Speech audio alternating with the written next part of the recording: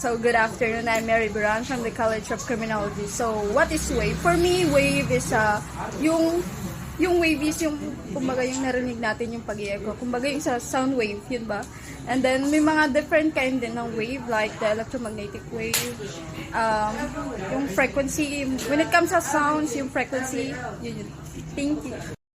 Good afternoon everyone. My name is Omar Esbubo and I'm from College of Education, Bachelor of Physical Education.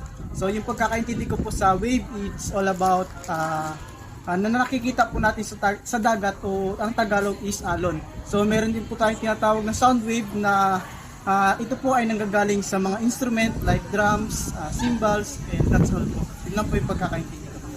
I'm from the S. Fisher Sturger College.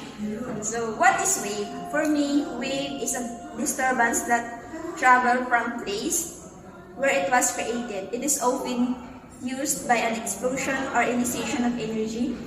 For example, in water waves, the wave can occur due to the wind passing over the surface, and sometimes waves happen cause of earthquake and volcanic eruptions. Thank you. Hello, I'm Yuan from the College of Fisheries and Aquatic Sciences, BS in Fisheries first year. So, what are waves? Personally, waves are, I think they're very important because everywhere and almost everything in this world has waves in them. From visible light to the motion of the waves, the waves are undulating motion. They have up and down motion. And almost everything from microwaves that we use in our devices for heating food and so on, everything has waves. And so I think it's important to study waves as it affects many things in our environment. I am Jill Grace Garay from BSE. I'm Marjorie Tabilon from BSE. So, for me, wave, kung marinig ko yung salitang wave, tidal wave sa dagat, makikita sa dagat, yung wave sa dagat.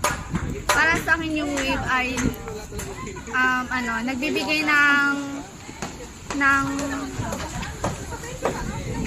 pahinga. Kasi, syempre, like, nakakabawas ng stress pag tumatambay ka sa tabing dagat,